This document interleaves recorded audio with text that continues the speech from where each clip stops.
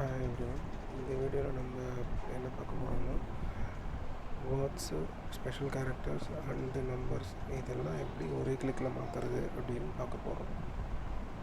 So ஏதோ ஒரு இடத்துல நீங்கள் டவுன்லோட் பண்ணும்போது இது மாதிரி வேல்யூஸ் உங்களுக்கு வரும்.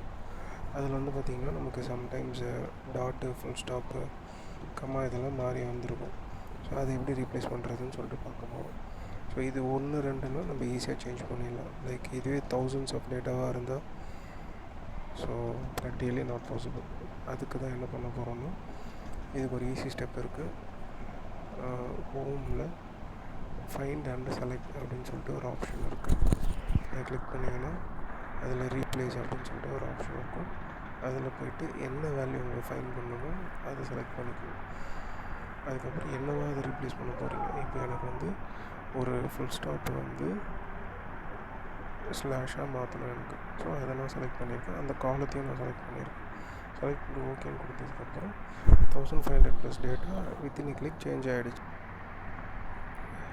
இப்போ நெக்ஸ்ட்டு ஆல்ஃபபெட்ஸ் எப்படி சேஞ்ச் பண்ணுறது, வேர்ட்ஸ் எப்படி சேஞ்ச் பண்ணுறதுன்னு பார்க்க போகிறோம். அதுவும் சேம் கான்செப்ட் தான்.